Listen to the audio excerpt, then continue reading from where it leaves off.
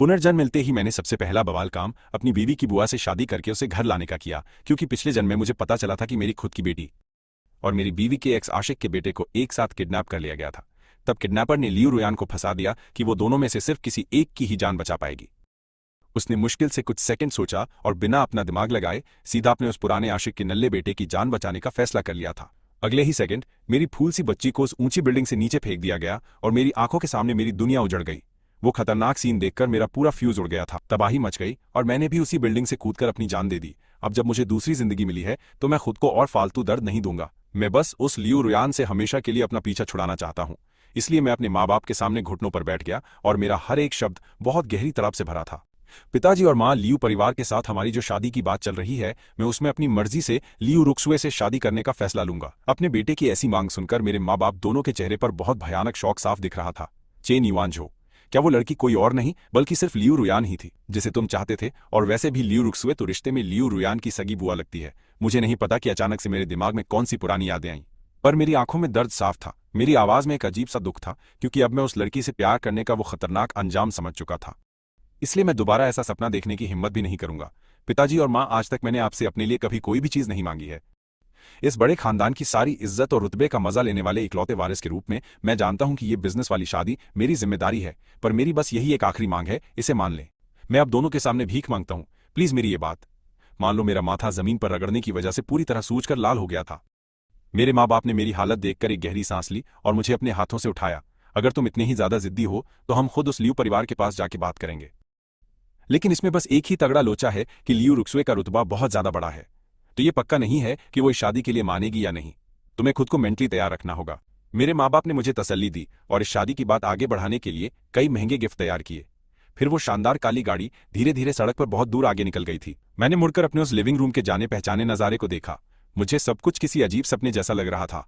तभी अचानक से टेबल पर रखे फोन की घंटी बज उठी। नाइट क्लब में आ जाओ, ये मैसेज लियू रुयान का था, जिसमें उसने मुझे मिलने के लिए बुलाया था और साथ ही शहर के एक मशहूर बार का एड्रेस भी भेजा हुआ था। अभी जो कुछ भी नया स्यापा हुआ था उसे सोचकर मैं भी शादी बदलने वाली बात को एकदम क्लियर करना चाहता था। इसलिए मैं बिना देर किए सीधा उस जगह पर पहुंच गया था। पर मेरी हैरानी का ठिकाना नहीं रहा। जैसे ही मैंने उस प्राइवेट रूम का दरवाजा धक्का देकर खोला, किसी ने सीधा मेरे ऊपर ठंडे पानी की बाल्टी उड़ेल दी और मैं सिर से पैर तक भीग गया। वो चुभने वाली ठंड मेरी पूरी चमड़ी में अंदर तक घुस गई, जिससे मैं पागलों की तरह कांपने लगा। और ठीक उसी समय मेरे चारों तरफ से बहुत सारे लोगों की मेरा मजाक उड़ाने वाली हंसी गूंज उठी। अरे, ये हमारे महान यंग मास्टर चेन नहीं है? तुम पानी में भीगे हुए किसी फट्टू चूहे की तरह इतने ज्यादा लाचार और दुखी क्यों लग रहे हो भाई? इस डेढ़ शाने को लियू रुयान के पीछे रोज दुम हिलाने को किसने कहा था? एक नल्ले आशिक का यही हाल होता है। लियू रुयान बहुत ठंडे दिमाग से चलकर मेरे एकदम करीब आ गई थी। उसकी आंखों में नफरत भरी थी। क्या तुम मुझसे शादी के लिए इतने मरे जा रहे हो कि तुम्हें बिल्कुल सब्र नहीं हुआ? अभी बस हमारी शादी की बात बाहर लीक हुई थी और तुमने अपने माँ बाप को घर भेजकर शादी की बात शुरू कर दी, ताकि पूरे शहर में रायता फैले।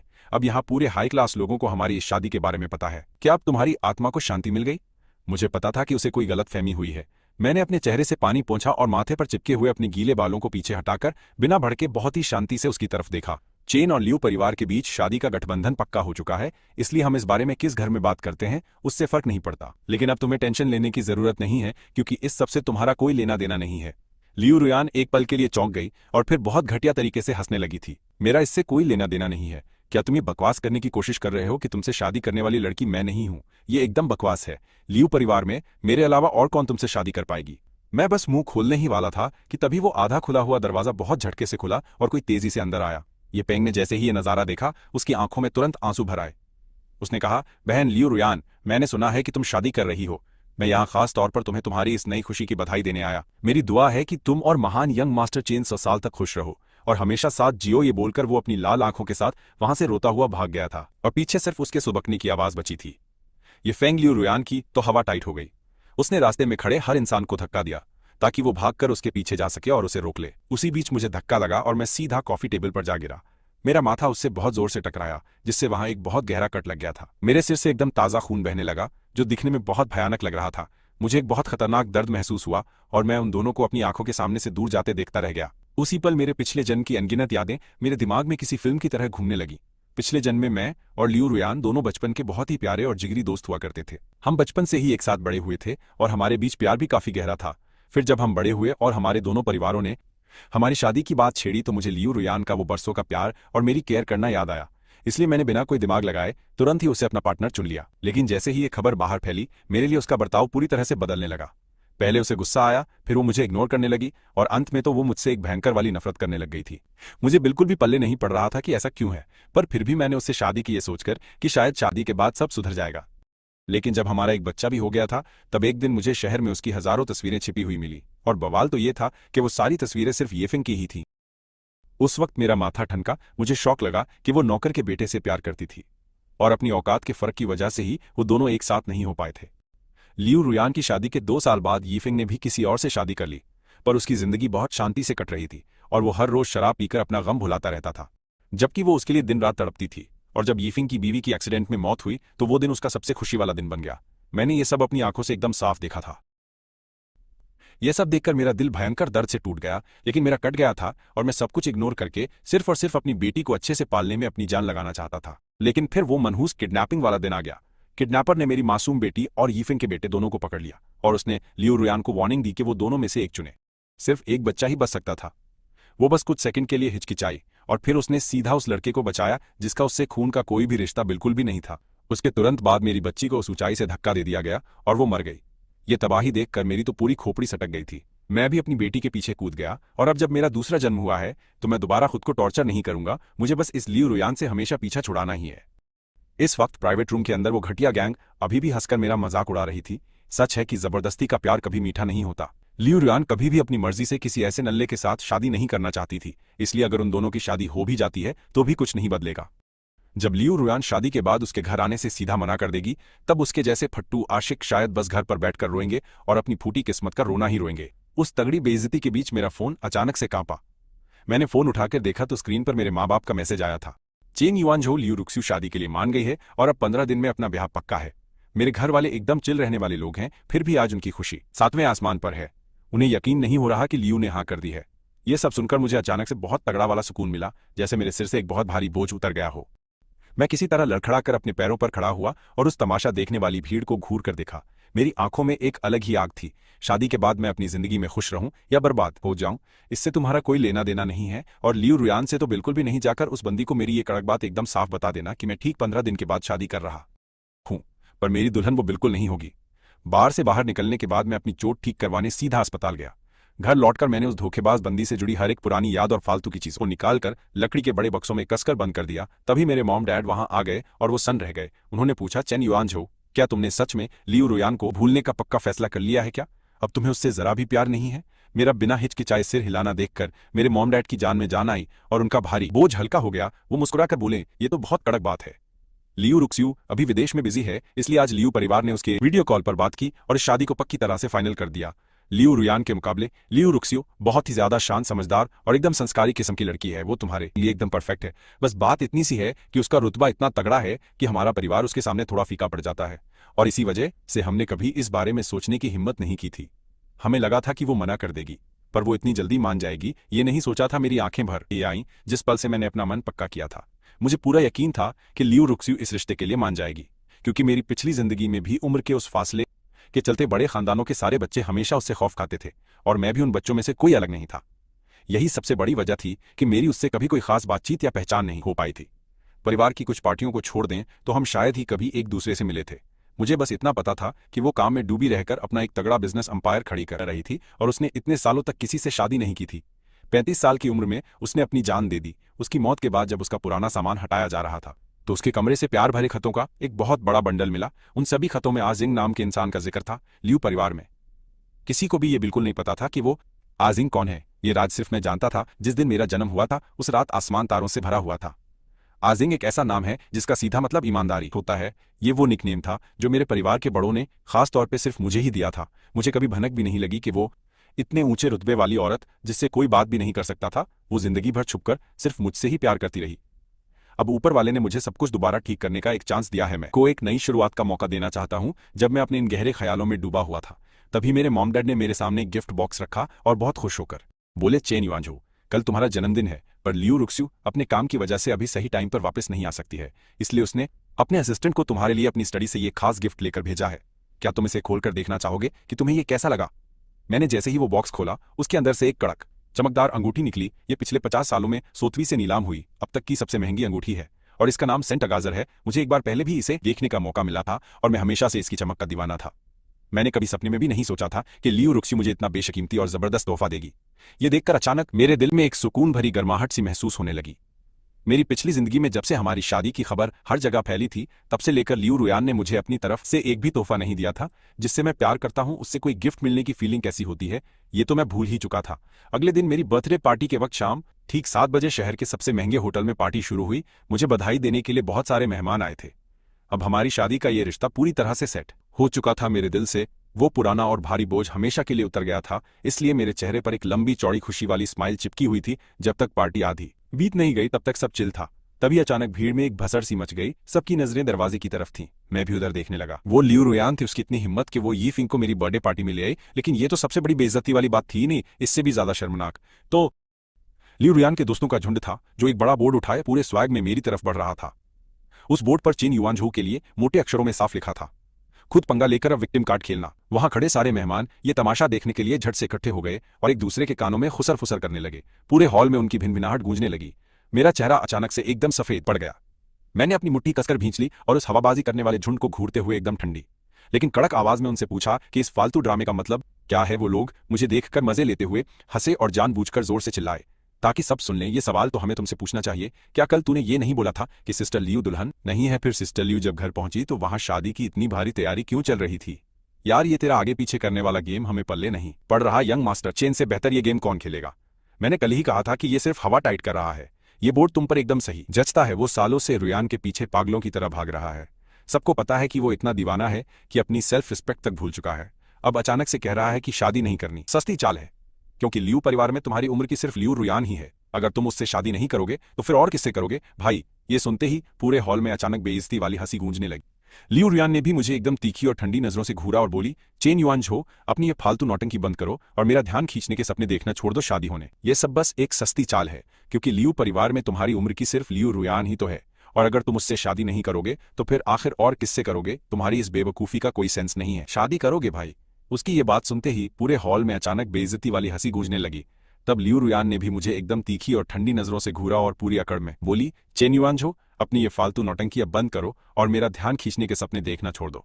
शादी होने के बाद मेरे लीगल पति होने के अलावा मैं तुम्हें और कुछ भी नहीं देने वाली। पिछली जिंदगी में भी मैंने उसके मुंह से ठीक यही सब सुना था और उसने सच में इस बात को लेकर कोई झूठ नहीं बोला था। हमारी पूरे 7 साल की शादी में उस खोखले नाम के अलावा मुझे उससे सच में कुछ नहीं मिला था। ये सब सुनकर आसपास खड़े लोग कानाफूसी करने लगे और वो आवाजें लगातार तेज होती गईं। मेरी बेइज्जती देखकर मेरे चेहरे का भाव अचानक बदल गया। मैंने एक लंबी गहरी सांस ली और पूरी जान लगाकर जोर से चिल्लाते हुए एकदम साफ बोला, लियू रुयान, मुझे तेरे दिए हुए इस नाम की कोई भीख नहीं चाहिए। अपने कान खोलकर अच्छे से सुन ले और इस बात को अपने दिमाग में बैठा ले कि मैं क्या कह रहा हूं। मेरी होने वाली दुल्हन तू बिल्कुल नहीं है और ना ही तेरी पीढ़ी की कोई और बंदी है, बल्कि मेरी होने वाली पत्नी तो वो है। इससे पहले कि मैं वो नाम बताता एक बड़ा बवाल हुआ और मेरी बात कट गई। यी फेंग ने अचानक अपने दोनों हाथों से अपना मुंह और नाक कसकर दबा ली। उसके पूरे चेहरे पर लाल रंग के बड़े बड़े दाने निकल आए थे और उसकी हालत एकदम खराब हो रही थी। रोती हुई शक्ल बनाकर वो लियू रुयान के कंधे पर गिर पड़ा और बोला, सिस्टर लियू, मुझे बहुत भयंकर खुजली हो रही है। यहाँ पर इतने सारे जलकुंभी के फूल क्यों रखे हुए हैं यार? आपको तो पता है कि मुझे इनसे एलर्जी है, पर भाई जलकुंभी मेरे सबसे फेवरेट फूल हैं, इसलिए मैंने पूरे हॉल को हर तरफ बस उन्हीं फूलों से अच्छी तरह सजवा दिया था। वो अपनी बाहों में उस बंदे को सांस के लिए तड़पता देखकर रुयान का चेहरा अचानक पक्के खौफ से भर गया और उसकी बुरी तरह हवा टाइट हो गई। वो पागलों की तरह फेंग का नाम पुकारने लगी और तुरंत उसे अस्पताल ले जाने का हुक्म दिया। वहां से निकलने से पहले उसने बस 2 बातें पीछे छोड़ी। एक मेरे लिए कि सुन चेन युआनझो, शादी के बाद तुझे कहीं भी जलकुंभी उगाने या रखने की कोई परमिशन नहीं मिलेगी। और दूसरी बात उसने अपने उन फालतू दोस्तों के लिए बोली, मेरे जाने के बाद इस पूरे हॉल का कबाड़ा कर देना, सत्यानाश कर दो। सब समझ गए ना? बेफिक्र रहो दीदी, हम ये काम एकदम रापचिक तरीके से पूरा करेंगे। इतना बोलना था कि वो सारे गुंडे अंदर घुस आए और पागलों की तरह बवाल मचाना शुरू कर दिया। उन्होंने कुर्सियां और मेजें उठाकर फेंकी और भयानक तबाही मचानी चालू कर दी। मेरा बर्थडे केक जमीन पर गिरकर बुरी तरह बिखर गया था। हर तरफ कांच के टुकड़े और टूटी प्लेटें उड़ रही थीं और सारे फूल वहां खड़े मेहमानों के पैरों के नीचे बुरी तरह कुचले गए। इसे अभी रोको, लोगों को मेरी बर्थडे पार्टी का कचरा करने का क्या हक है? एकदम बंद करो ये सब। तू तो वैसे भी हमारी दीदी लियू रुयान से ही शादी करने वाला है। चूंकि तेरी होने वाली बीवी ने हमें ये तबाही मचाने का ऑर्डर दिया है, तो तुझे दीदी लियू रुयान की सारी बात माननी पड़ेगी। मैं उन गुंडों पर चिल्लाता रहा जब तक मेरा गला पूरी तरह से बैठ नहीं गया, लेकिन मैं उन लोगों की बदतमीजी को बिल्कुल रोक नहीं पाया। उल्टा वो सब मुझ पर पागलों की तरह हंसकर मेरा तमाशा बना रहे थे। आखिरकार सारे मेहमान वहां से डरकर चले गए और मेरी बर्थडे पार्टी बस कचरे के एक ढेर और मलबे में बदलकर पूरी तरह खत्म हो गई। अगले कुछ दिनों तक रो रोकर मेरी आंखें एकदम लाल और सूजी हुई थीं और मैंने खुद को कमरे में बुरी तरह बंद कर लिया। मैंने ठान लिया था कि मैं बाहर कदम नहीं रखूंगा और किसी से कोई बात नहीं करूंगा। जब मेरे मम्मी पापा को लियू रुयान की इन सारी पागलपन वाली हरकतों के बारे में पता चला तो उन्हें बहुत राहत मिली। उन्हें लगा कि मेरी शादी उससे ना करवाने का उनका फैसला एकदम 100% सही था। वो लोग जवाब मांगने सीधा लियू परिवार के घर जाना चाहते थे, लेकिन मैंने कई दिनों बाद कमरे से बाहर आकर उन लोगों को ऐसा करने से रोक दिया। शादी एकदम सिर पर आ गई है और मैं अब कोई नया रायता नहीं फैलाना चाहता। अपने माँ बाप को प्यार से समझाने के बाद मैं एक डिजाइन ब्लूप्रिंट लेकर घर से सीधा बाहर निकल गया। पिछले कुछ दिनों से मैंने खुद को कमरे में इसलिए बंद नहीं किया था कि मैं लियू रुयान को लेकर दुखी था। मेरे लिए अब वो बंदी एक अनजान राहगीर से ज्यादा कुछ नहीं थी। मैं बस अपने कमरे में बैठकर लियू रुक्स्यू के लिए अपने हाथों से एक स्पेशल वेडिंग रिंग डिजाइन कर रहा था। मुझे पता था कि वो स्टारगेजर रिंग बहुत कीमती थी, इसलिए मैं अपनी इस ईमानदारी से उसके गहरे प्यार का कर्ज उतारना चाहता था। मैंने वो ब्लूप्रिंट डिजाइन अपने नौकर को दिया और बोला कि किसी टॉप क्लास कारीगर को ढूंढकर इसे हाथ से बनवा कर लाए। लेकिन जब वो तय किया हुआ समय पास आया तो मैंने देखा कि मेरी स्पेशल वेडिंग रिंग अभी तक घर पर बनकर वापस नहीं आई थी। जब मैंने जाकर उस बारे में पूछताछ की तो मुझे पूरी असली सच्चाई का पता चला। कुछ दिन पहले लियू रुयान वहां ज्वेलरी खरीदने गई थी और उसकी नजर तुरंत मेरी उस अंगूठी पर जाकर टिक गई। बस कुछ सवाल पूछने के बाद उसने सीधा उस अंगूठी को उठा लिया और जाते हुए सिर्फ एक लाइन बोली, ये वैसे भी मेरे लिए ही बनी है, अब चेन युआनझो को बुलाने की जरूरत नहीं है। वहां काम करने वाले स्टाफ को हमारी शादी के बारे में पहले से पूरी जानकारी थी, इसलिए उन्होंने उसे रोका नहीं। ये सुनकर मेरा दिल एकदम बैठ गया। मैं अपनी अंगूठी वापस मांगने के लिए गुस्से में सीधा लियू परिवार के घर पहुंच गया। लेकिन जैसे ही मैंने घर के अंदर कदम रखा मैंने देखा कि यी फेंग वहां बहुत सारे पैकेट्स के बीच आराम से बैठा हुआ था। मैडम, क्या आपने फिर से मुझसे ये बात छिपाई और चुपचाप मेरे सारे शॉपिंग कार्ट का बिल भर दिया? आप मेरे लिए इतनी अच्छी हैं, मैं कभी आपके इस बड़े एहसान को कैसे चुका पाऊंगा? मुझे खुश देखकर ही तुम्हारा काम हो गया और तुम्हें मुझे कुछ भी वापस करने की कोई जरूरत नहीं है। वैसे भी मैंने तुम्हें कितनी बार याद दिलाया है कि अब मुझे मैडम कहकर बिल्कुल मत बुलाया करो, समझे तुम इस बात को? और फिर यी फेंग ने बहुत ही प्यार से बस उस लड़की का नाम पुकारा, मेरी प्यारी लियू रुयान। उन दोनों को इस तरह आशिकों की तरह आंखें मिलाते हुए देखकर मैंने अपनी पलकें तक नहीं झपकाईं और भौकाल के साथ सीधा घर के अंदर घुस गया। मेरे कदमों की आवाज सुनकर लियू रुयान तुरंत पीछे घूमी और मुझे वहां अचानक खड़ा देखकर उसका माथा ठनका और वो एकदम चिढ़ते हुए मुझे घूर कर देखने लगी। तू यहाँ क्या कर रहा है? मेरी वो वेडिंग रिंग मुझे वापस कर दे जो तूने चुराई है। मुझे उस अंगूठी के लिए अपना हाथ आगे बढ़ाते देखकर लियू रुयान ने एटीट्यूड में अपनी भौएं चढ़ाई और बोली कि वो अंगूठी अब खो चुकी है। ये सुनते ही मेरी आंखें गुस्से से लाल हो गईं और मेरी आवाज भी एकदम खूंखार और भारी हो गई और मैं चिल्लाया, इस बकवास बात का आखिर क्या मतलब होता है? जब लियू रुयान खड़े होकर फालतू के बहाने बनाने में बिजी थी तभी जमीन पर बैठा वो लुक्खा यी फेंग एकदम डरते हुए बीच में बोला, चेन बाबू, मैंने इंटरनेट पर देखा था कि किसी अंगूठी से पैकेट खोलना बहुत आसान होता है, इसलिए मैंने इन सैकड़ों डब्बों को खोलने के लिए बस आपकी ही उस महंगी अंगूठी का इस्तेमाल कर लिया। अब तो उस अंगूठी पर बहुत सारे खरोंच के निशान पड़ चुके हैं। क्या आप अब भी इस कबाड़ा हो चुकी अंगूठी को वापस लेना चाहते हैं? इतना बोलकर उसने अपनी हथेली खोली और खरोंच से भरी बर्बाद अंगूठी मुझे दिखा दी।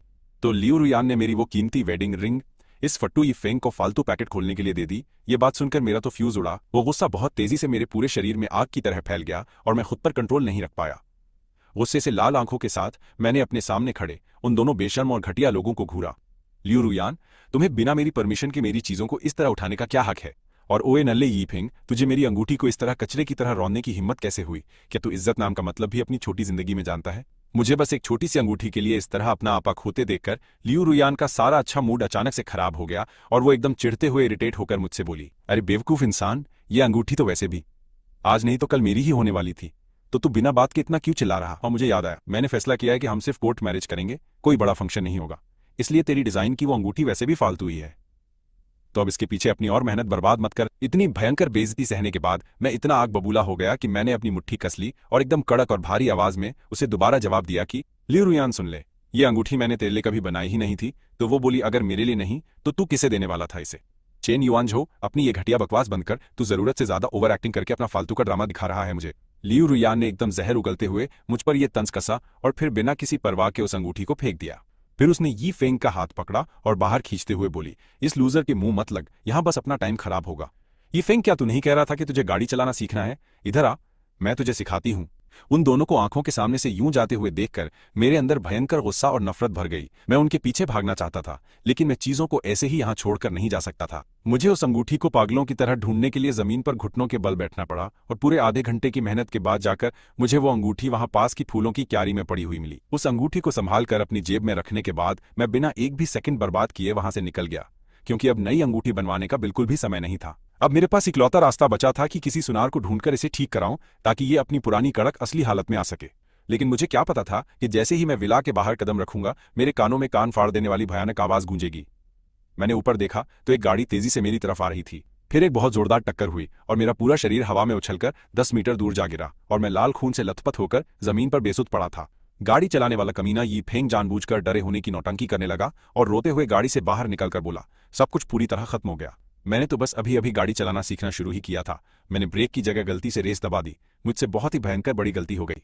चेन बाबू के शरीर से तो इतना ज्यादा खून बह रहा है। लियू रुयान, क्या वो इंसान एकदम ठीक तो रहेगा ना? उन पत्थर की सीढ़ियों को मेरे लाल खून से पूरी तरह सना देखकर लियू रुयान ने बस हल्की सी अपनी चिड़चिड़ी भौहें सिकोड़ ली। उसने यी फैंग को कसकर अपने गले से लगा लिया और उसे प्यार से समझाते हुए बोली कि डर मत, इस लूजर को हमेशा से विक्टिम कार्ड खेलने की आदत है। वो पक्का अभी जमीन पर गिरकर अपनी फालतू नौटंकी कर रहा होगा। तू उसे इग्नोर कर, जब उसकी एक्टिंग खत्म हो जाएगी तो वो अपने आप उठ जाएगा। यी फैंग, तू बिल्कुल मत डर और अब रोना बंद कर दे।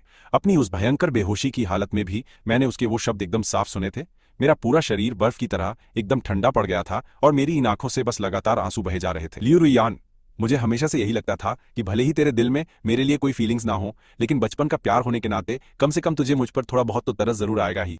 अब पता चला कि सिर्फ उस यी फेंग को शांत करने के लिए तू मेरे जीने या मरने को पूरी तरह से नजरअंदाज कर सकती है।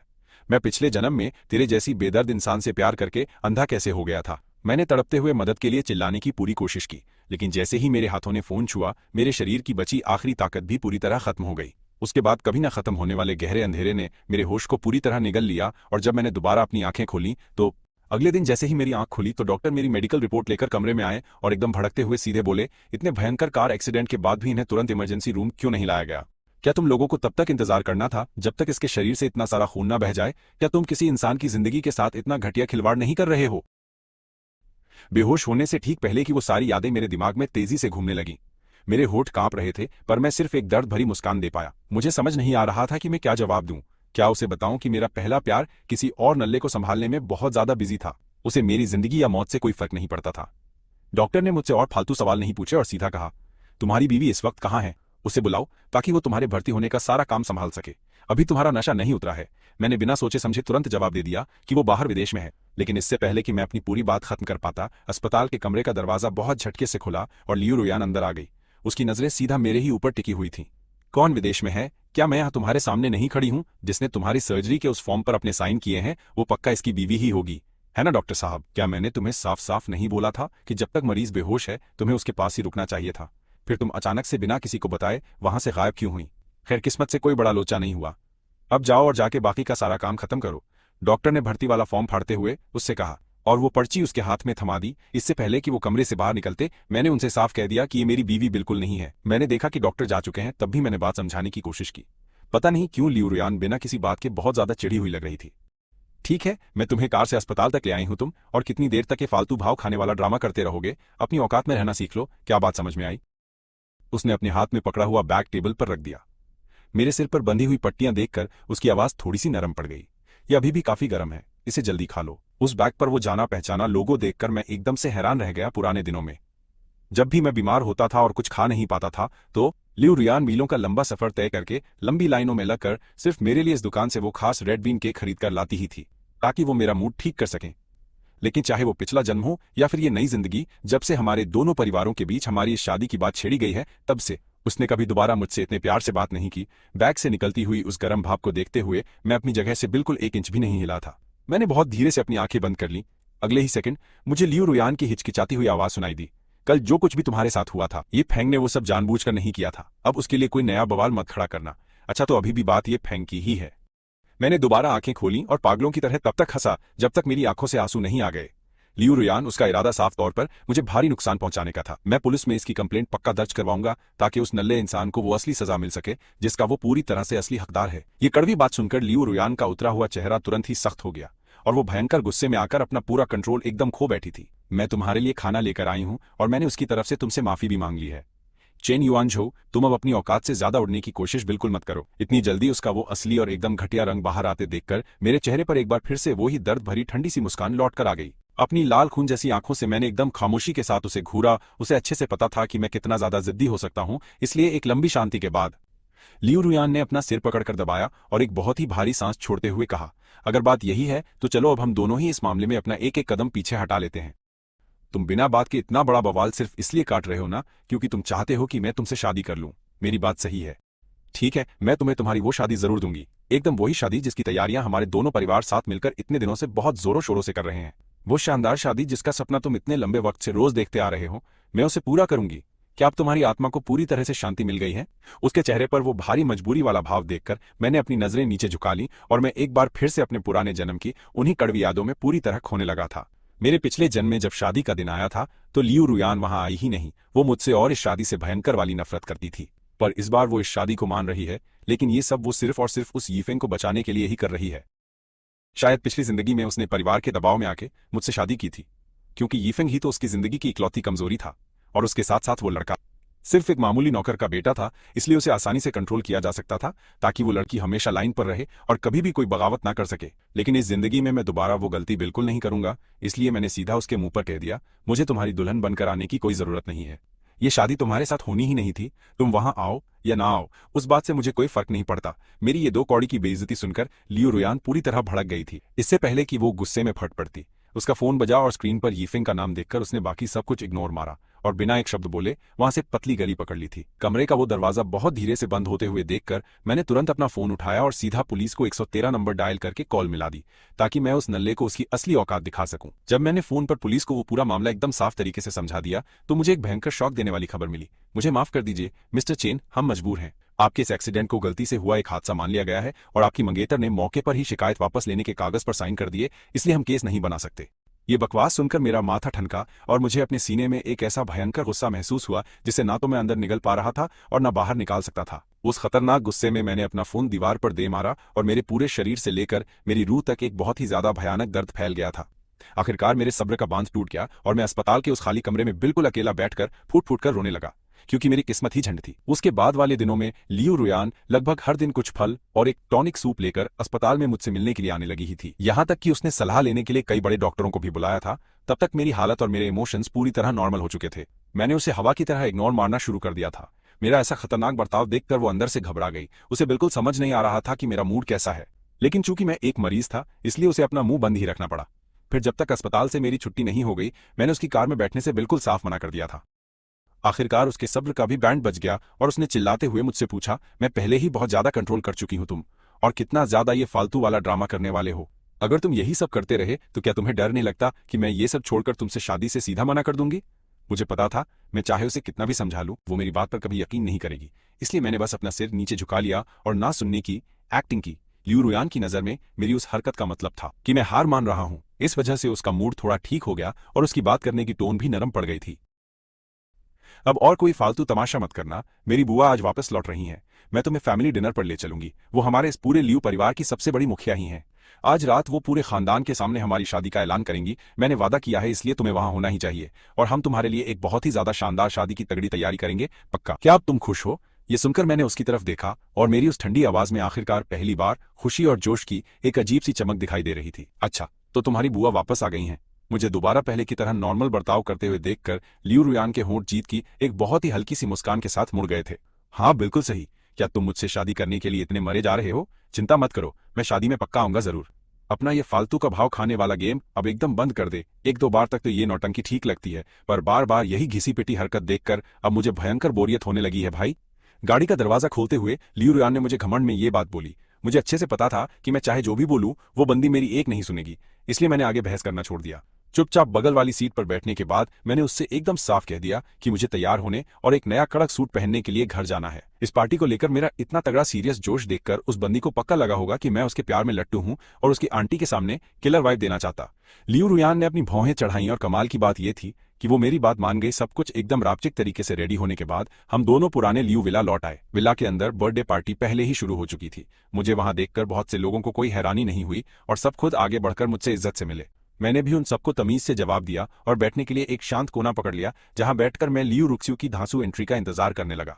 मैं अंदर ही अंदर सोच रहा था कि इतने वक्त बाद हमारा ये आमना सामना कैसा होगा। पूरी शाम मेरा दिमाग बस इन्हीं ख्यालों में भटकता रहा और धड़कनें तेज थी। लियू रुयान ने बहुत जल्दी मेरा ये भटका हुआ ध्यान नोटिस कर लिया। वो एकदम चिढ़े हुए एक्सप्रेशन के साथ मुझे घूरते हुए बोली, मैं यहीं खड़ी हूं, तुम खुली आंखों से क्या सपने देख रहे हो? मैं तुम्हें आखिरी बार चेतावनी दे रही हूं, मेरी बात कान खोलकर सुन लो। मैंने तुमसे शादी करने के लिए हाँ कर दी है। अब दोबारा मुझे अपना फालतू एटीट्यूड मत दिखाना, वरना मैं पल भर में फैसला बदल दूंगी। मैं उसे करारा जवाब देने ही वाला था, लेकिन आखिरी पल में मैंने खुद को रोक लिया। वैसे भी उसे बहुत जल्द पता चल जाएगा कि वो दुल्हन नहीं है, इसलिए उसके सामने अपना दिमाग दही करना और एनर्जी वेस्ट करना एकदम बेकार था। कुछ ही मिनटों बाद आखिरकार हॉल के बड़े दरवाजे खुले और वहां मौजूद हर इंसान ने सस्पेंस में अपनी गर्दन उधर घुमाई। लेकिन जो इंसान दरवाजे से अंदर आ रहा था वो लियू रुक्स्यू तो बिल्कुल भी नहीं थी। वो लियू परिवार के मुखिया दादाजी थे। वो कांपते हुए कदमों से स्टेज पर गए और उन्होंने सबके सामने एकदम साफ शब्दों में ऐलान कर दिया कि रास्ते में रुक्स्यू का एक छोटा सा कार एक्सीडेंट हो गया है जिससे उसकी फ्लाइट छूट गई है।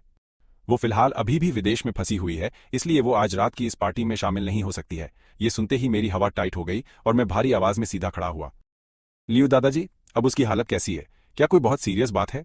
मेरे चेहरे का डर देखकर मुखिया ने मुझे तसल्ली देने को अपना हाथ हिलाया। सब एकदम ठीक है युआनझू, तुम टेंशन मत लो, इन छोटी बातों का शादी के मेन फंक्शन पर कोई असर नहीं पड़ेगा। चिल मारो। ये सुनकर लियू रुयान ने भौहें सिकोड़ी और मुझे वापस अपनी सीट पर खींचकर दबी आवाज में मुझे डांटा। भले ही हमारी ये शादी पक्की हो गई है, लेकिन तुम अभी तक लियू परिवार का ऑफिशियल हिस्सा नहीं बने हो, इसलिए नया रुतबा चमकाने के लिए मेरी आंटी की इतनी ओवर एक्टिंग वाली फिक्र करने की जरूरत नहीं। ये हरकत सबके सामने चीप लगती है।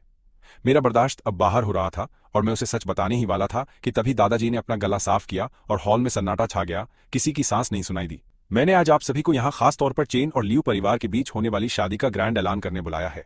हमारी शादी की डेट एकदम फिक्स हो गई है मेरे भाइयों। आज से ठीक 7 दिन बाद नानपिंग मैनर में ये बवाल शादी होगी, जहां हमारा दूल्हा चेन परिवार का वारिस और यंग मास्टर चेन युआनझू पूरे स्वैग में खड़ा होगा। जब दादाजी ऐलान कर रहे थे तभी लियू रुयान के फोन पर ये फेंग का मैसेज आया। मुझे नहीं पता उस नल्ले ने क्या भेजा था, लेकिन अचानक उसका चेहरा पूरी तरह पीला पड़ गया और वो बिना बाकी की बात सुने हड़बड़ाकर पार्टी से भाग गई। तभी मुखिया ने कहा, और इस शादी की दुल्हन कोई और नहीं बल्कि लियू परिवार की हेड लियू रुक्स्यू ही है। ये खतरनाक फैसला सुनते ही पूरे हॉल के तोते उड़ गए और हर तरफ कानाफूसी की आग फैल गई। एक बंदे ने शौक में पूछा, क्या मैंने अभी एकदम सही नाम सुना? रुक्स्यू। लेकिन क्या वो लड़की रुयान नहीं होनी चाहिए थी? परिवार की सबसे बड़ी हेड दुल्हन कैसे बन सकती है? क्या उसे लड़कों से सख्त नफरत करने वाली नहीं माना जाता था? और अब वो सच में इस छोटे से लौंडे से शादी कर रही है। मेहमानों की इस पंचायत ने पूरे हॉल में तमाशा बना दिया था, लेकिन रुक्स्यू के खौफनाक रुतबे के डर से उनके दिमाग का फ्यूज उड़ने के बाद भी किसी की असल में बगावत करने की हिम्मत नहीं हुई। मैं अपनी जगह खड़ा था और वो सब मुझे बधाइयां देने लगे। रात में पार्टी खत्म होने के बाद भी मेरे दिमाग से कार एक्सीडेंट की टेंशन नहीं निकल रही थी, इसलिए मैं खास तौर पर दादाजी से मिलने गया। उस बुजुर्ग इंसान ने खुशी से चमकते हुए चेहरे के साथ मेरी पीठ थपथपाई और प्यार से बोले, रुक्स्यू ने अपनी तस्वीरें मुझे भेज दी हैं बेटा। मैंने वो तस्वीरें अच्छे से देख ली हैं, उसे बस मामूली सी खरोंचें आई हैं। वो बहुत जल्द एकदम ठीक हो जाएगी युआनझू। तुम बस शादी की भारी तैयारियों पर अपना पूरा फोकस रखो। ये बात सुनकर मेरे दिल को आखिरकार तगड़ा सुकून मिला। अगले कुछ दिनों तक मैं दुनियादारी से दूर अपने घर पर ही टिका रहा, जहां मैं सिर्फ शादी के इनविटेशन, शानदार सूट, महंगे वेडिंग गिफ्ट्स और बाकी सभी सबसे जरूरी चीजों की फुल तैयारी में लगा रहा और मैंने बाहर की दुनिया को पूरी तरह इग्नोर मार दिया। उस बिजी टाइम में मुझे लियू रुयान के चमचों के अनगिनत मैसेज लगातार आते रहे, लेकिन मैंने उनका एक भी फालतू मैसेज खोलकर पढ़ने की जहमत नहीं उठाई। फिर एक रात सोने से ठीक पहले गलती से मैंने उन पर क्लिक कर दिया और मैंने देखा कि वो सब सिर्फ एक ही बात का रोना रो रहे थे कि रुयान घायल हो गई। वो अभी अस्पताल में एडमिट है, सिटी सेंट्रल अस्पताल के कमरा नंबर 609 में। क्या तुम उसे देखने नहीं आ रहे हो? आते वक्त उसका फेवरेट चिकन सूप लाना बिल्कुल मत भूलना भाई। तुम्हारी इस खामोशी का क्या मतलब है? क्या तुम जानबूझकर भाव खा रहे हो या फिर वही पुराना इग्नोर करने वाला घटिया ट्रिक दोबारा लगा रहे हो? क्या तुम्हारी ये नौटंकी अभी खत्म नहीं हुई चेन युआनझू? आखिर तुम ये कर क्या रहे हो? तुम तो हमेशा से उसके पीछे घूमने वाले पपी रहे हो, तो अब अचानक ये सख्त लौंडा बनने की एक्टिंग क्यों कर रहा है? चुपचाप यहाँ आजा। इन फालतू लाइनों को पढ़कर मुझे सिर्फ हंसी आ रही थी। मैंने बिना सोचे तुरंत एक कड़क रिप्लाई टाइप कर दिया, लियू रुयान घायल है तो उसकी देखभाल करने के लिए वहां नर्स मौजूद हैं, उसके पास तुम सारे नल्ले हो और वो यी फेंग भी है, तो फिर इस पूरे रायते से मेरा क्या लेना देना है?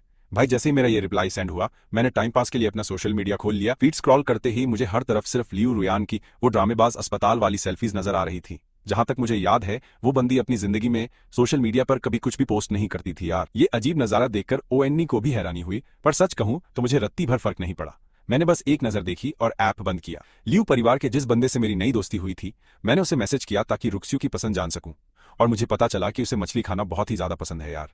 अगले ही दिन मैं फुल जोश में अपने परिवार की मछली वाले तालाब पर गया। मैंने सोचा कि कुछ कुकिंग की प्रैक्टिस कर लूंगा ताकि फ्यूचर में अपनी बंदी के लिए धांसू खाना बना सकूं। भाई मैंने जैसे ही एक तगड़ी मछली पकड़ी और पीछे घुमा तो मेरी आंखें फटी रह गईं। वो पनौती यी फेंग मेरे सामने खड़ा था।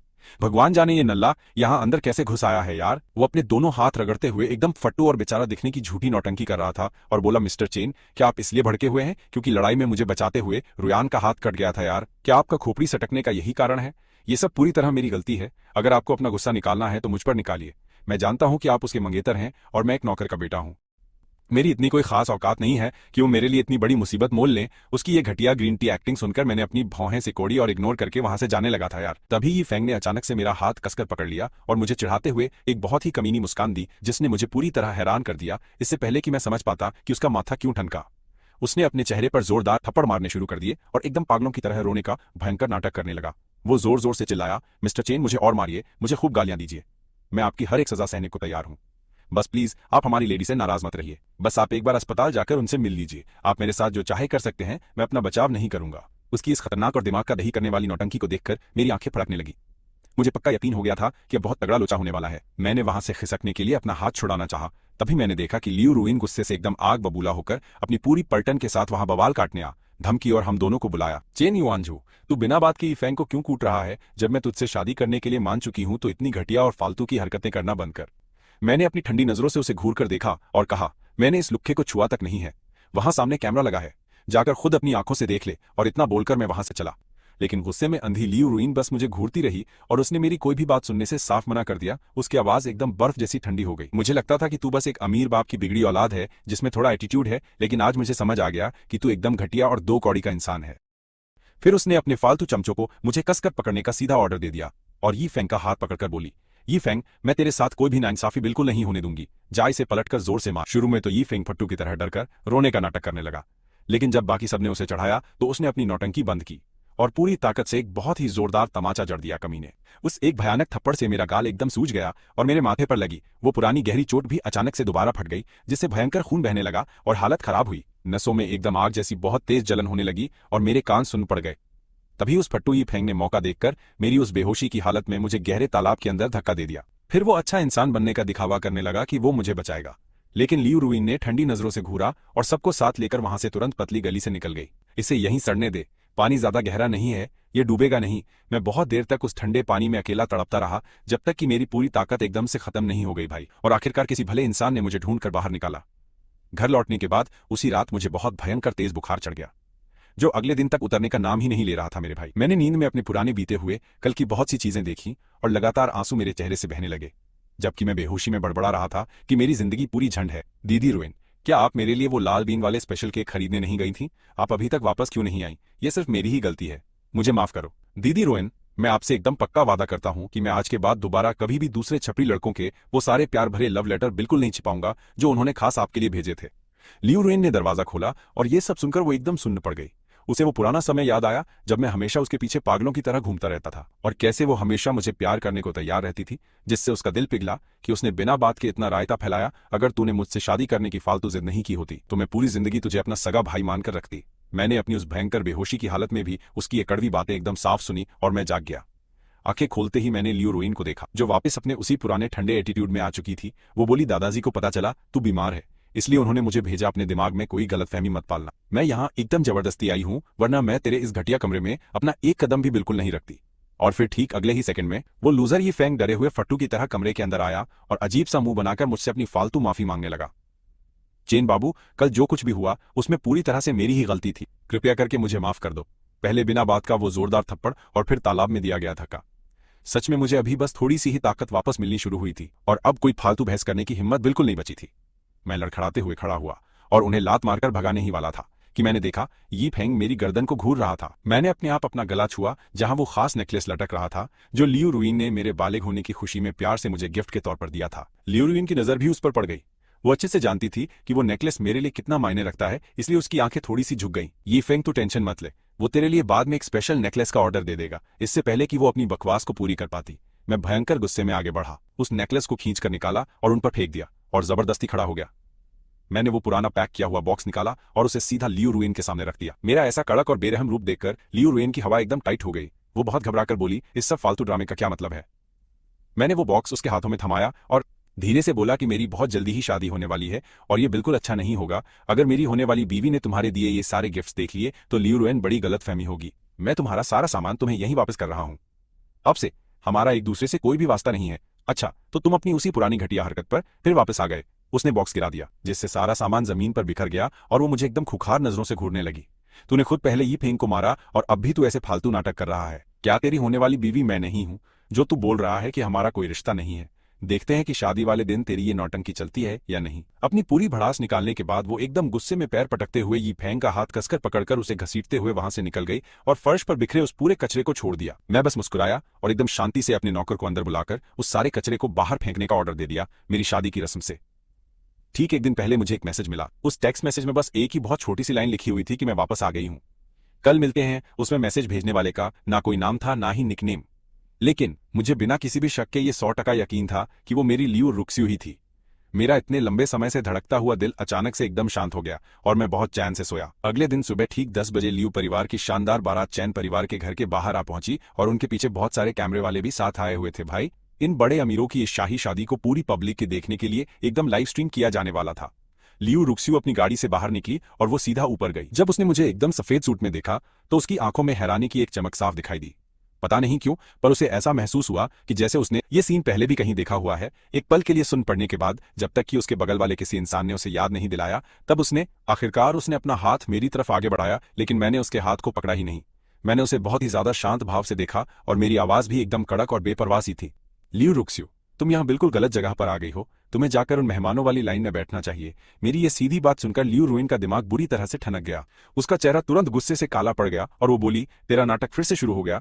क्या तू नहीं जानता कि आज की शादी पूरी लाइव स्ट्रीम हो रही है? क्या तुझे ऐसे ही तमाशा खड़ा करके दोनों परिवारों की सरेआम इज्जत उछालनी है?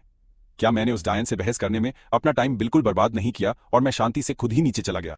लियू रुइन ने भयंकर निराशा में अचानक अपने दोनों हाथों की मुट्ठी बहुत कस ली। उसने एक लंबी सांस ली और अपनी फीलिंग्स को दबाने की कोशिश करते हुए चुपचाप मेरे पीछे पीछे नीचे आ गई। जैसे ही वो शादी वाली गाड़ी की पीछे वाली सीट पर बैठने वाली थी, तभी अचानक उसका फोन बज उठा और ठीक 1 मिनट बात करने के बाद उसने कार का दरवाजा बंद किया और कार में आराम से बैठे हुए मुझे देखकर बोली, मुझे अभी एक बहुत ही जरूरी काम निपटाना है, इसलिए मैं हॉल में बिल्कुल नहीं आ सकती। तुम खुद वहां जाकर दोनों परिवारों के सारे बड़ों को बता दो कि ये शादी अब कैंसिल कर दी गई है। उसे लगा था कि ऐसा बोलने से मुझे बहुत ही ज्यादा दर्द और भयंकर बेइज्जती महसूस होगी और शायद मैं बुरी तरह से टूटकर रो भी पड़ूंगा यार। लेकिन मैंने उसे बहुत ही शांति से देखा और कड़क आवाज में बोला, मैंने तुमसे कहा था कि तुम इस शादी में आओ या ना आओ, कोई फर्क नहीं पड़ता, क्योंकि मेरी असली दुल्हन तुम बिल्कुल भी नहीं हो। मेरा ऐसा बेपरवाह स्वैग और एटीट्यूड देखकर अचानक से लियू रुइन के दिल में एक खौफ और घबराहट तेजी से दौड़ गई, लेकिन फिर भी उसने अपनी नीची और बहुत धीमी आवाज में बोलना जारी रखा, मैं तुझे पहले ही बोल चुकी हूं कि तू इस शादी को कैंसिल कर दे। अगर मैं दुल्हन हूं और मैं खुद ही वहां नहीं पहुंची, तो क्या तू सच में पूरे शहर के सामने अपना मजाक बनना चाहता है? इस बार मैंने एक शब्द भी फालतू नहीं बोला और सीधा दोनों परिवारों के बड़ों को शादी कैंसिल करने के लिए बोल दिया। मैंने ड्राइवर को गाड़ी चालू करने का इशारा किया और जल्द ही वो शानदार काफिला वहां से निकल गया। लियू रुयान के पास मेरे इस नखरे को बर्दाश्त करने का बिल्कुल भी टाइम नहीं था। उसने सड़क किनारे हाथ देकर एक गाड़ी रोकी और शहर के बाहर बने हॉट स्प्रिंग रिजॉर्ट में पहुंचकर यीफेंग को पूरी तरह से लड़कों की भारी भीड़ से घिरे हुए देखा था। उसके दोस्तों को वहां मजे करते देखकर उसकी भौहें गुस्से से तन गईं। क्या इन लोगों ने ये नहीं कहा था कि यीफेंग खतरे में है? तभी उसके नल्ले दोस्तों ने उसे अंदर खींच लिया। वो सब पागलों की तरह हंसे और बोले, हम तो बस मजाक कर रहे थे। अगर हम ऐसा नहीं बोलते तो तुम अपनी शादी छोड़कर मंडप से इतनी जल्दी कैसे भागकर यहाँ आ पाती? हम बस ये देखना चाहते हैं कि आज चेन युआन झो अपने ही मंडप में अपना किस तरह का तमाशा बनाता है। ये घटिया बात सुनते ही लियू रुयान के चेहरे का पूरा रंग एकदम से उड़कर बदल गया। उसने जल्दी से अपने कंधे पर रखा, हाथ झटक दिया और फिर वहां से जाने के लिए मुड़ गई। ये सब बकवास था। तभी यीफेंग ने तुरंत ही उसका हाथ पकड़ लिया। उसने अपनी पलकें झपकाईं, उसकी आंखें खून की तरह बिल्कुल लाल हो चुकी थीं और उसकी आवाज में एक भारी मिन्नत थी, रुयान, मेरा सिर सच में थोड़ा सा दर्द कर रहा है, मेरी बात मानो। क्या तुम मेरे साथ यहां रुक सकती हो? वैसे भी ये जगह मंडप से बहुत ज्यादा दूर है। अगर तुम अब जाओगी भी तो बहुत देर हो जाएगी। और ये बात पूरी तरह से एकदम सही थी। लेकिन उस चेन युआन झो का क्या होगा? जब वो हिचकिचा रही थी तभी उन दोस्तों के ग्रुप ने शोर मचा के लाइव स्ट्रीम चालू कर दी। स्क्रीन पर सब कुछ अभी भी हमारे प्लान के हिसाब से ही चल रहा था। ये देखकर कि मैंने अभी भी शादी कैंसिल ना करने की जिद पकड़ी थी, वहां मौजूद हर नल्ले के चेहरे पर मजाक उड़ाने वाली हंसी थी। ये पागल इंसान अभी तक रुका क्यों नहीं है? जब थोड़ी देर में मंडप खुलेगा तो बिना दुल्हन के इसकी भयंकर वाली बेइज्जती हो जाएगी। चेन युआन झो सच में शादी करने के लिए बुरी तरह मारा जा रहा है और दोनों परिवारों की इज्जत का पूरा तमाशा बना रहा है। जब वो अपनी इज्जत नहीं बचा पाएगा तो पक्का बैठकर रोएगा। लियू रुयान को बिल्कुल भी नहीं पता था कि मैं असल में क्या सोच रहा था। उसका चेहरा भयंकर गुस्से में एकदम लाल हो चुका था। वो सोच रही थी कि क्या उसे अपने लियू परिवार को फोन करना चाहिए। तभी अचानक उसके ठीक बगल से एक बहुत ही भयानक हैरानी भरी चीख गूंज उठी कि हमारी वो शादी शुरू हो चुकी है। लियू रुयान ने बिना सोचे अपना सिर ऊपर उठाया। उसने देखा कि मेरे पिताजी मेरा हाथ पकड़कर मुझे उस शानदार स्टेज के एकदम बीचों बीच लेकर आ रहे थे। मैं काफी लंबी देर तक उस चमकती हुई स्पॉटलाइट के नीचे बिल्कुल अकेला खड़ा रहा था, लेकिन दुल्हनें अभी भी नहीं आई थी। लाइव स्ट्रीम में बहुत सारे सवाल पूछे जा रहे थे। भागने वाली दुल्हन के कमेंट्स से पूरी स्क्रीन भर चुकी थी। कमरे में बैठे सारे 1.5 शाणे ये तमाशा देखकर जोर से हंस पड़े। वो पागलों की तरह हंसकर दोहरे हो रहे थे। लियू रुयान को इस घटिया ड्रामे का पहले से ही पता था और वो ठंडी आवाज में नफरत से बोली, एकदम बेवकूफ। अब उससे ये सब और ज्यादा बिल्कुल भी बर्दाश्त नहीं हो रहा था। वो लाइव स्ट्रीम बंद करने ही वाली थी कि उसके हाथ ने बाहर निकलने वाले बटन को छुआ। तभी उसे होस्ट की कड़क आवाज सुनाई दी कि कृपया मंडप में दुल्हन का शानदार स्वागत करें। अगले ही सेकंड मंडप के वो मजबूती से बंद दरवाजे अचानक झटके से खुले और फिर वहां मौजूद उन 10,000 मेहमानों की गवाही में लियू परिवार की उस सबसे बड़ी मुखिया की एंट्री हुई। रुक्सुए ने आसमानी नीले रंग के हीरे जड़ा हुआ एक शानदार शादी का जोड़ा पहना था और वो धीरे धीरे अंदर आई। उसने सारे मेहमानों को पूरे एटीट्यूड से अपना सिर हिलाकर ग्रीट किया। उसकी वो ठंडी और गहरी नजर वहां मौजूद सब पर पड़ी, जिससे एक बहुत ही ज्यादा भयंकर और खतरनाक खौफ बन गया था और पूरा हॉल उसी पल एक शमशान जैसी खामोशी में पूरी तरह डूब गया। वहां एक आवाज तक नहीं थी, सारे मेहमानों का फ्यूज उड़ गया था। किसी ने सपने में भी ये नहीं सोचा था कि चेन और लियू परिवार की दुल्हन कोई ऐसी होगी। वो दुल्हन लियू रुक्सुए है। अपनी स्क्रीन पर किसी तमाशे का इंतजार करने वाली सारी पब्लिक भी पत्थर की मूर्ति की तरह सुन्न पड़ गई थी। लियू रुयान ने भयंकर गुस्से में अपने दांत पीसे। उसके माथे की नसें एकदम तन चुकी थी और उसकी आवाज एक भयंकर वाले गुस्से से पूरी तरह भरी हुई थी। मेरी सगी बुआ, ऐसा बिल्कुल भी नहीं हो सकता है। पक्का उनसे कोई ना कोई भारी गलती हुई है। जैसे ही उसने ये कहा, कमरे में मौजूद हर एक नल्ला इंसान होश में आया और फिर हकलाते हुए उसकी हाँ में अपनी हाँ मिलाने लगा। एकदम सही सही सही। होस्ट ने पक्का कोई बहुत बड़ी बेवकूफ़ी की है। सीईओ लियू उस चेन युआनझू से शादी कैसे कर सकती हैं? उन दोनों के बीच उम्र और जनरेशन का एक बहुत बड़ा फर्क है। चेन युआनझू तो एक ऐसा नल्ला इंसान है जिसे हमारी रुयान ने भी सीधा रिजेक्ट कर दिया था। भला वो महान सीईओ लियू के लायक कैसे हो सकता है? ये बस एक बहुत ही बड़ी गलतफहमी है। जब वो सारे चवन्नी छाप लोग इस बात से मुकर रहे थे, तभी लियू रुक्सुए स्टेज के बिल्कुल बीच में आई और फिर इस शादी के अगले स्टेप की तरफ बढ़ गई, दूल्हा और दुल्हन की कस्में। मिस लियू रुक्सुए, क्या आप मिस्टर चेन युआनझू को अपनी पूरी मर्जी से अपने पति के रूप में स्वीकार करती हैं ताकि आप जिंदगी भर उनसे वफादार रहें और उन्हें प्यार करें, चाहे अमीरी हो या फिर गरीबी, जवानी हो या फिर आपका बुढ़ापा? क्या आप मौत के आने तक हमेशा इनका साथ निभाएंगी? जब वहां खड़े हर इंसान ने लियू रुक्सुए के मुंह से हाँ मैं करती हूं सुना तो सबकी एकदम हवा टाइट हो गई। पूरा कमरा एक खौफनाक शांति में पूरी तरह डूब गया था। हर किसी का मुंह खुला रह गया और वो अपने सामने हो रहे इस तमाशे को बिना किसी यकीन के देख रहे थे। लियू रुयान का दिमाग तो एकदम से सुन पड़ गया था। उसे ऐसा लगा जैसे उसके शरीर का सारा खून उल्टी दिशा में बहने लगा हो। उसने भयंकर गुस्से में अपनी गाड़ी की चाबी उठाई और सामने रखी वाइन की टेबल लात मारकर पलट दी और पागलों की तरह बाहर की ओर दौड़ पड़ी। उसने पीछे से आ रही किसी की आवाज नहीं सुनी। लियू रुयान के दिमाग में बस एक ही बात घूम रही थी, चेन युआनझू पूरी तरह से सिर्फ उसका मंगेतर था और उसे सिर्फ उसी से शादी करने का हक था। वो किसी भी हाल में उसकी सगी बुआ से शादी बिल्कुल नहीं कर सकता था। उसने भयंकर गुस्से में एक्सीलरेटर दबाया और एक के बाद एक दर्जनों रेड लाइट तोड़ते हुए पागलों की तरह गाड़ी दौड़ाई, जब तक लियू रुयान तबाही मचाते हुए उस शादी के मंडप तक वापस पहुंच पाई। शादी की शानदार पार्टी खत्म होने की कगार पर पहुंच चुकी थी और लगभग 80 या 90% मेहमान वहां से अपने घर वापस जा चुके थे। वहां सिर्फ चेन और लियू परिवार के करीबी रिश्तेदार बचे थे।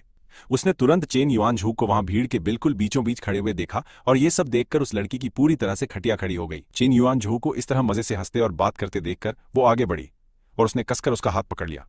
उसकी आवाज पहले से भी बहुत ज्यादा खौफनाक और डरी हुई लग रही थी। तुम अभी मेरे साथ चल रहे हो? इससे पहले कि मैं कुछ बोल पाता, परिवार वालों ने चिल्लाकर कहा, रुयान तुम ये क्या फालतू तमाशा कर रही हो? आज तुम्हारी सगी बुआ की शादी का दिन है। जब सब कुछ पहले ही खत्म हो चुका है तो तुम अपना ये मनहूस चेहरा अब क्यों दिखा रही हो? चेन युआनझू और लियू रुक्सुए को अभी कुछ नई रस्में निभानी है। उन्हें चाय चढ़ाने के लिए जल्द ही मुख्य घर जाना है। तुम और क्या नई मुसीबत खड़ी कर रही हो? लियू रुयान, उसे इसी वक्त छोड़ दो वरना अंजाम बहुत ही ज्यादा बुरा होगा। अगर तुम आम दिनों में अपना ये फालतू वाला ड्रामा करती तो एक अलग बात थी, लेकिन आज तुम्हारी बुआ की बहुत ही शानदार शादी का खास दिन है। अगर तुमने कोई भी और नया बवाल खड़ा किया तो मैं तुम्हारी हड्डियां तोड़ दूंगा। तुम्हारे सारे चाचा चाची और माँ बाप वहां खड़े होकर उसे बुरी तरह से डांट रहे थे। सबकी डांट के बाद भी लियू रुयान अपनी जिद पर अड़ी रही और उसने मेरा हाथ और भी जोर से पकड़ लिया। मेरी कलाई तब तक दबती रही जब तक लाल नहीं हो गई। मैंने अपना माथा सिकोड़ा और जैसे ही मैं कुछ बोलने ही वाला था कि तभी मुझे अपने पीछे से एक बहुत ही कड़क और खौफ पैदा करने वाली खतरनाक आवाज सुनाई दी, उसका हाथ तुरंत छोड़ो। सिर्फ 2 शब्द सुनकर लियू रुयान ने तुरंत मेरा हाथ ऐसे छोड़ दिया जैसे उसे कोई जोर का करंट लगा हो। उसने पीछे मुड़कर देखने तक की हिम्मत बिल्कुल नहीं की। उसने बस अपनी भयंकर वाली जिद में अपनी बुआ को पुकारा, लेकिन लियू रुक्सुए ने उसे जवाब देने की जरूरत भी नहीं समझी। उस खतरनाक ऑरा को देखकर वहां मौजूद उस पूरी भीड़ ने अपने आप रास्ता बना दिया। वो सीधे मेरे पास चलकर आई, मेरा हाथ उठाया और बड़े प्यार से उसे सहलाने लगी। तभी उसने लियू रुयान की तरफ एक कातिलाना नजर डाली और पूरे भौकाल और एटीट्यूड में कहा, ये तुम्हारे नए चाचा हैं। वहां की हवा एकदम सुन्न पड़ गई थी। लियू रुयान को इस नाम से भयंकर नफरत थी, लेकिन लियू रुक्सुए के उस खतरनाक दबाव के नीचे उसकी हालत खराब हो गई और उसके रोंगटे खड़े हो गए। उसे ऐसा लगा जैसे उसकी चमड़ी पर बहुत सारी चींटियां रेंग रही हों। उस भयानक खौफ ने उसे मजबूरी में फुसफुसाकर वो चाचा वाला नाम लेने पर एकदम मजबूर कर दिया। दोनों परिवारों के सामने मैंने एकदम स्वैग में उसे जवाब दिया कि आज से हम सब एक ही परिवार का हिस्सा हैं। मेरा हर एक शब्द लियू रुयान के सीने पर किसी भारी पत्थर की तरह गिरा, जिससे उसका दम घुटने लगा था। उस बंदी ने अपनी मुट्ठियां एकदम कस लीं और बिना पलक झपकाए मुझे भयंकर घूरने लगी। उसकी आंखों में अनगिनत जज्बात साफ साफ नजर आ रहे थे यार। मैं उसकी बेबसी और खोपड़ी सटकी हुई गुस्से की आग को महसूस कर सकता था, पर मुझे रत्ती भर फर्क नहीं पड़ा।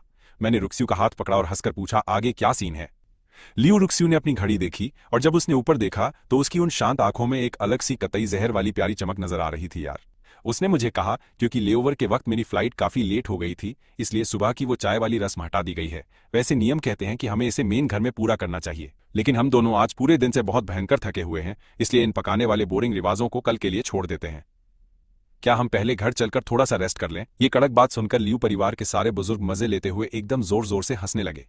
एक बोला, क्या ही बात है, शादी सच में सब कुछ एकदम से बदल देती है ना भाई। देखो, उसे अभी से अपने पति की टेंशन सताने लगी है। वैसे तो हमारी रुक्स्यू हमेशा बहुत ही ठंडी और लोगों से दूर दूर रहती है। हमें तो सपने में भी यकीन नहीं था कि ये बंदी इतनी मीठी मीठी बातें बोल सकती है। चलो, अब इस घर की सबसे छोटी बेटी भी शादी करके पूरी तरह सेटल हो ही गई है यार। आज हमारा पूरा खानदान फुल टू धमाल मचाने यहाँ पर इकट्ठा हुआ है। खुशी से लाल चेहरे वाले दादाजी ने अपना हाथ हवा में हिलाया और माहौल को एकदम चिल करते हुए कहा, बच्चों, जब तक तुम दोनों नए जोड़े के रूप में एक दूसरे की इज्जत करते हो और खुशी से साथ रहते हो, तो फिर हम ये रस्म वाली चाय पिएं या ना पिएं, उससे कोई खास फर्क नहीं पड़ता। हमारा चेन युआनझो भी इन सारी तगड़ी तैयारियों के लिए सुबह एकदम जल्दी से उठा हुआ था, तो जाहिर सी बात है कि अब वो लड़का बहुत ही बुरी तरह थक चुका होगा। सब लोग अब इन नए शादीशुदा कपल का दिमाग दही करना एकदम बंद करो और कट लो। उन सब के ऐसे मजे लेने के बीच लियू रुक्स्यू मेरा हाथ पकड़कर मुझे हॉल से बाहर ले गई। हम दोनों को इस तरह साथ जाते हुए देखकर लियू रुयान की उंगलियां गुस्से से कसकर चटकने लगी। उसके दिल में दबा हुआ वो सारा खौफनाक गुस्सा और बेबसी की आग अब बहुत तबाही मचाने वाली थी। सबके जाते ही उसका गुस्सा फूटा और वो चिल्लाई कि ये आखिर क्या बखेड़ा चल रहा है। चेन और लियू परिवार का रिश्ता, क्या चेन युआनझो की शादी मेरे साथ नहीं होने वाली थी? जश्न की खुशी में डूबे हुए लियू डैड और मॉम उसकी इस तेज चीख से बहुत बुरी तरह चौंक गए। डैड ने एकदम कड़क और गुस्से वाले चेहरे के साथ अपनी उस ड्रामेबाज बेटी को घूरा और डांटते हुए बोले, तेरा माथा फिर से क्यों ठनका हुआ है? तू अब किस बात पर पागल हो रही है? 15 दिन पहले जब चेन परिवार के लोग हमारे यहाँ घर पर आए थे, तब अंकल चेन, आंटी चेन और खुद युआनझो ने अपनी मर्जी से खास तौर पर तुम्हारी आंटी का ही नाम लिया था। वो उसी से शादी करना चाहते थे। उन्होंने भूल से भी तेरा नाम नहीं लिया। तो फिर इस सब में तेरी बारी कहाँ से आ गई? उसी वक्त यी फैंग और उसके बाकी लुक्खे दोस्त वहां घुसे और ये सारी भसड़ सुनकर सन्न रह गए। यी फैंग को अचानक से ऐसे बिना बुलाए अंदर टपकते देखकर रुयान के मॉम डैड तुरंत समझ गए कि आज उनकी ये नालायक बेटी पार्टी से क्यों गायब थी, और उनका शक सही निकला। तभी गुस्से से उनका चेहरा एकदम काला पड़ गया। उन्होंने कड़क आवाज में कहा, आज सुबह मकाओ में तुम्हारी आंटी की फ्लाइट लेट हो गई थी, इसलिए मैंने तुम्हें दूल्हे को पिक करने में मदद करने भेजा था, पर तू बीच में ही रफू चक्कर हो गई और इन सड़क छाप नल्ले दोस्तों के साथ अपनी फालतू मटर गश्ती करने में लग गई। कितनी ज्यादा घटिया और शर्मनाक हरकत है तुम्हारी। हमारा तो पूरा कचरा हुआ। आज की इस शादी में दोनों परिवारों के रिश्तेदार मौजूद थे, सिर्फ एक तुझे छोड़कर। अगर तेरे अंकल चेन ने बीच बचाव न किया होता तो दादाजी पक्का तेरी खटिया खड़ी कर देते। अब से चेन युआनझो तेरा अंकल है, इसलिए अपनी घटिया हरकतों पर कंट्रोल रख और अपनी हद में रहना सीख लेना, वरना ऐसी कोई फालतू बकवास गलती दोबारा मत करना, वरना अगर तेरी आंटी का माथा ठनका तो तुझे बचाने वाला कोई नहीं होगा। गालियों और ताने की इस ताबड़तोड़ फायरिंग को सुनकर उस घमंडी लियू रुयान का चेहरा डर के मारे एकदम सफेद कागज जैसा पड़ गया। उस बंदी ने सपने में भी नहीं सोचा था कि एक दिन मैं उसका अंकल बन जाऊंगा। उसके कंधे लगातार बुरी तरह कांप रहे थे और उसने बेबसी में अपनी आंखें बहुत ही कसकर बंद कर लीं। जिन बातों का वो मजाक उड़ाती थी वो सारी यादें मूवी सीन की तरह उसकी आंखों के सामने घूमने लगीं। मैं बार में पूरी तरह भीगा हुआ था, फिर भी सब एकदम सही कह रहा था। वो थोड़ी सी छोटी वेडिंग रिंग जो मैंने डिजाइन की थी, जिसे पहनने में उसे नानी याद आ गई थी, और उस फैमिली पार्टी में अपनी आंटी का नाम सुनकर मेरी वो भयंकर घबराहट। मैं अपनी उस बेचैनी को बिल्कुल भी नहीं छिपा पाया था। इस पल में आकर अब लियू रुयान को फाइनली सब कुछ एकदम शीशे की तरह साफ समझ में आ गया। मैंने जो भी कहा था वो सब एकदम सच था। मैंने उससे कभी कोई झूठ नहीं बोला, बस वो उसी पुराने टाइम में अटकी थी जब मैं उसके पीछे पागलों की तरह भागता था। इसलिए उसने मेरे अंदर आए सारे बदलावों को इग्नोर मार दिया। सगाई के उस दिन के बाद से मैं वो पुराना फट्टू आशिक बिल्कुल भी नहीं रहा जो मैं कभी हुआ करता था। लेकिन जो बंदा बस कल तक सिर्फ उसी से शादी करने की जिद पर अड़ा हुआ था, वो अचानक रातों रात एकदम से दूसरा इंसान कैसे बन गया? उसका दिमाग दही हो रहा था कि ये लोचा क्या है। शायद इंसान नहीं बल्कि उसका एटीट्यूड बदला था, क्योंकि उसने पहले जो भी फालतू हरकतें की थीं उन्होंने मेरे दिल को बहुत ही ज्यादा गहरा घाव दिया था। इसलिए मैंने हार मानने या फिर उसकी आंटी से ही शादी करने का वो धांसू फैसला लिया, जो मेरी एक और खींचतान वाली सस्ती सी चाल थी। रुयान के खाली दिमाग में अनगिनत ख्यालों की तगड़ी भसड़ मची हुई थी। उसे लग रहा था कि उसका सिर फट जाएगा और वो पागलों की तरह अपने बाल नोचने लगी। उसकी ये फटी हुई हालत देखकर पनौती यी फेंग ने बड़ी बेचैनी से उसे गले लगा लिया और बेचारा बनने की पूरी एक्टिंग करते हुए उसे लगातार दिलासा देने लगा। डैड वहां से खिसकने ही वाले थे। मॉम ने ये नौटंकी देखी तो उनका मुंह बन गया। एक चवन्नी छाप नौकर का बेटा लियू परिवार में घुसने के सपने देख रहा था। भले ही मुझे लियू रुक्स्यू की सच्ची फीलिंग्स का पता चल गया था, लेकिन मेरी इन दोनों जिंदगियों में हम दोनों के बीच कभी कोई खास बातचीत या राब्ता नहीं था। इसलिए इस तरह उसके साथ बिल्कुल अकेले होने पर मुझे अभी भी थोड़ा ऑकवर्ड फील हो रहा था। लियू रुक्स्यू ने भी मेरी इस बेचैनी को तुरंत ही नोटिस कर लिया। उसने एकदम धीमी आवाज में कहा, हर कोई तुम्हें चेन युआनझो कहकर बुलाता है। मुझे बिल्कुल उम्मीद नहीं थी कि वो अचानक से बीच में कुछ बोलेगी। मैंने हल्का सा अपना सिर हिलाया। वो आगे बोली, मेरे नाना नानी भी मुझे प्यार से आ जिंग कहकर पुकारते हैं। तुम चाहो तो तुम भी मुझे उस नाम से बुला सकते हो यार। उसकी बात अभी आधी ही हुई थी कि मेरा चेहरा अचानक शर्म से लाल टमाटर हो गया। मुझे अचानक वो लव लेटर याद आ गया जिसकी मैंने बस एक छोटी सी झलक देखी थी। थोड़ा गिल्टी फील करते हुए मैंने अपनी नजरें नीचे झुका लीं। मुझे खुद नहीं पता था कि मैं क्या याद कर रहा था। तभी लियू रुक्स्यू की आंखों में एक अजीब सी चमक आई। उसके होठों पर एक बहुत ही प्यारी और गर्मजोशी भरी स्माइल खिल उठी। आज ही न जाने क्यों मैं उसकी उस मीठी सी आवाज में एक अलग ही लेवल की खुशी सुन सकता था। मैं अपनी भयंकर एक्साइटमेंट को बिल्कुल नहीं रोक पाया। मैंने छुपके से अपना सिर घुमाया और गलती से मेरी नजर सीधे उसकी उन गहरी और नशीली आंखों से जाकर टकरा गई। भाई, जैसे ही हमारी आंखें मिली मैं उसकी उस खतरनाक किलर वाइब में पूरी तरह से खिंचता चला गया और बस सुन्न होकर उसे घूरता रहा। एक सेकंड बाद मैंने उसे कुछ ऐसा कहते हुए सुना जो मेरी सोच से बहुत परे था। वो प्यार से बोली, आजिंग, बहुत प्यारा नाम है और देखा जाए तो तुम्हारा नाम चेन युआन झू भी कोई बुरा नहीं है, लेकिन मुझे लगता है कि तुम्हें पति कहना सबसे ज्यादा बेस्ट रहेगा। आखिर ये सिर्फ मेरा एक इकलौता हक है। उसकी ये लास्ट लाइन सुनकर मेरा दिल किसी भारी ड्रम की तरह धड़कने लगा। मुझे समझ नहीं आ रहा था कि मैं इस भौकाल वाली बात का क्या जवाब दूं।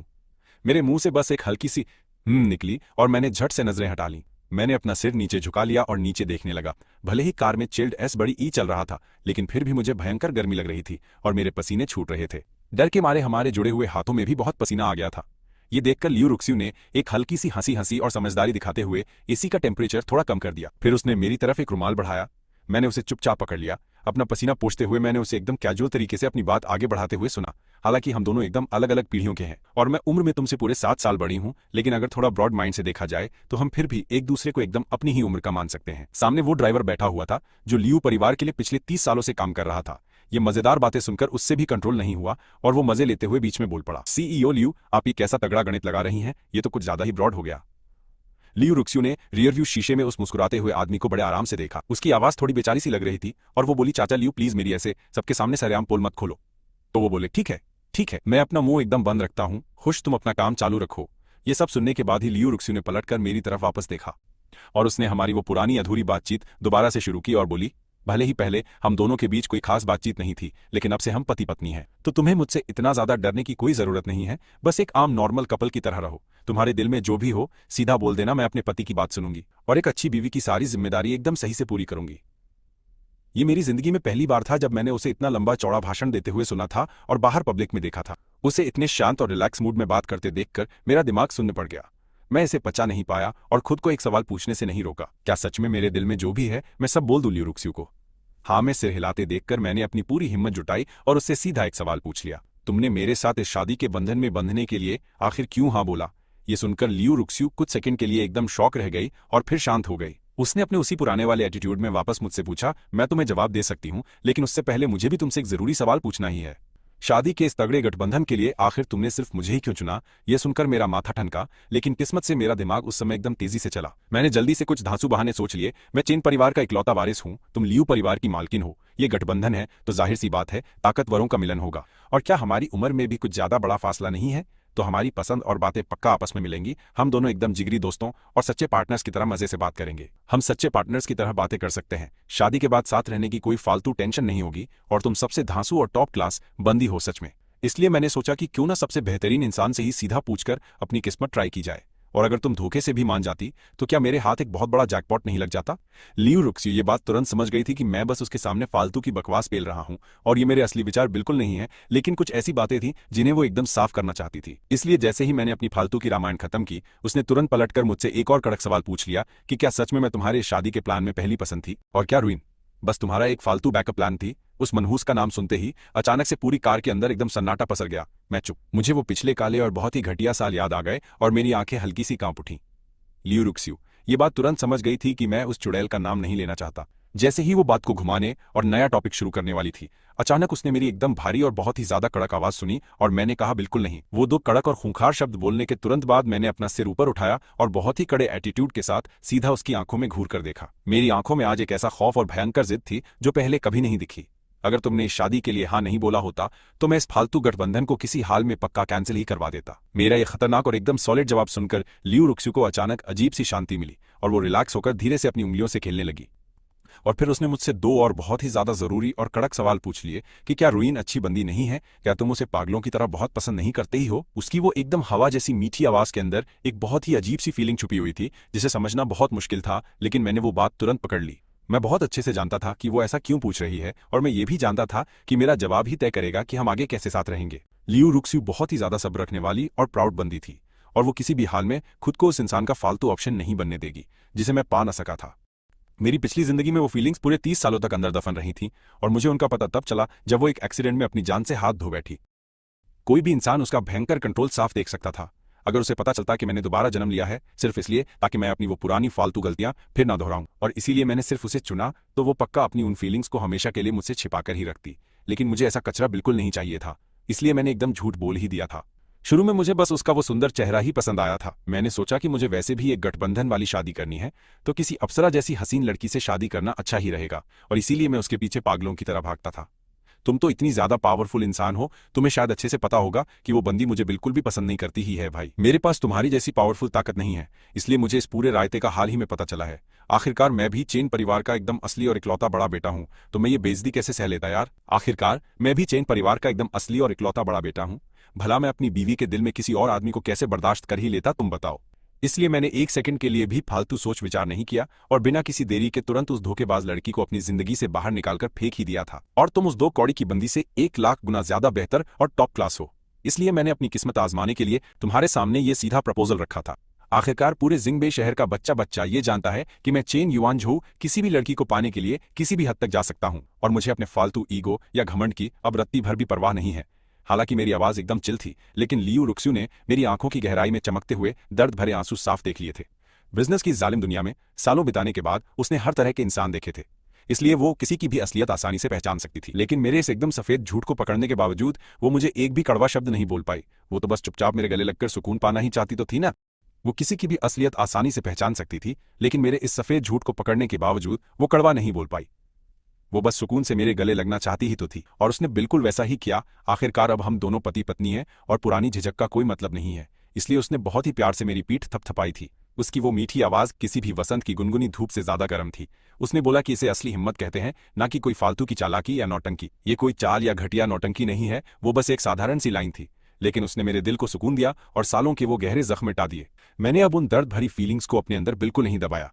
उस कार के अंदर हम दोनों बस एक दूसरे के कंधे पर सिर रखकर बहुत शांति से लेटे हुए थे, और हमारी फीलिंग्स धीरे धीरे शांत हो रही थीं। अभी जो कुछ भी हुआ उसे याद करके मुझे अचानक से बहुत ज्यादा शर्मिंदगी महसूस हुई कि आखिर मैं लियू रुक्स्यू के सामने ऐसे पागलों की तरह रो ही कैसे सकता हूं। मैं पागल हूं। मैं ये सोच ही रहा था कि लियू रुक्स्यू ने मुझसे सवाल पूछ लिया कि क्या तुम जानने के लिए उतावले नहीं हो कि मैंने इस गठबंधन के लिए हाँ क्यों बोला, तो सुन लो, मेरे कारण तुम्हारे जैसे हैं।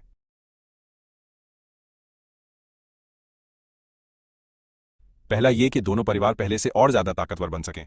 दूसरा ये कि तुम एक अच्छे इंसान हो। तीसरा ये कि मेरी उम्र बढ़ रही है, तो अब शांति से घर बसाने का सही समय आ गया है। ये बकवास सुनते ही मैं समझ गया कि वो बस फालतू बातें बनाकर मुझे टाल रही है। पिछली जिंदगी में सिर्फ मेरी वजह से वो 35 साल की उम्र तक किसी से भी शादी करने से मना करती रही ही थी। इसलिए मैंने मुंह बनाते हुए शिकायत की कि तुम एकदम झूठी हो। ये सुनकर रुक्स्यू की आंखों में हैरानी की एक चमक दिखाई दी। उसने धीरे से अपना सिर हिलाया और उस बात से ना इनकार किया ना मानी। उसने कहा, तुमने भी तो मुझसे सफेद झूठ बोला था। चलो, अब हम दोनों का हिसाब एकदम बराबर हो गया। 1-1। उसी समय लियू रुइन खुद को शराब में डुबो रही थी। वो पागलों की तरह उल्टियां करने तक पी रही थी, लेकिन उसने अपना ग्लास नहीं छोड़ा। यी फेंग उसके बगल में सूजी हुई आंखों से बैठा रो रहा था। उसने अपनी भारी और फटी हुई आवाज में उसे रोकने की कोशिश की। रुइन, प्लीज और मत पियो। अगर तुमने और शराब पी तो तुम सीधा अस्पताल पहुंच ही जाओगी, समझी तुम? उस बेवकूफ और घटिया इंसान के लिए खुद को ऐसे फालतू की सजा मत दो। मेरी बात मान जाओ, प्लीज अपने आप को टॉर्चर मत ही करो। ये सुनते ही लियू रुइन की नशे में धुत और सुन्न आंखों में अचानक से थोड़ी चमक वापस आ गई। उसने गुस्से से यी फेंग का कॉलर कसकर पकड़ा और उसकी